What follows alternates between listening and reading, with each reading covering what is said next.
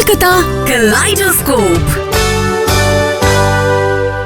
একদিন পুরনো কলকাতার বেশ কিছু ছবি গুগল করতে করতে কুহু হঠাৎ আমাকে বলে, এই দেখো দাদা, gas lights, it's so nostalgic. আমার ইউনিভার্সিটিতেও এরকম শেপের বেশ কিছু ল্যাম্পশেডস আছে। গ্যাস লাইটস কলকাতার হেরিটেজ। শুধু কলকাতা কেন, এমনকি বিদেশেও, বিশেষ করে এই শেপটা। আচ্ছা, কলকাতায় একসময় নাকি গ্যাস লাইটস চলতো? একদম ঠিক। 1857 সাল থেকে কলকাতার রাস্তায় গ্যাস লাইটস দেখা যেতে শুরু হয়, যাকে বলা হতো গ্যাস বাতি।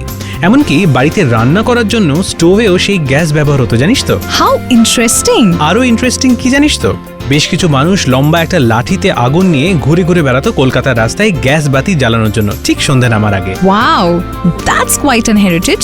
এই ছবিটা সেভ করে রাখি তাহলে। এমন সব কলকাতার জানা অজানা তথ্য নিয়ে আমি অরিজিৎ থাকবো কলকাতা ক্যালাইডোস্কোপে, exclusively on YouTube/919 Friends FM podcast.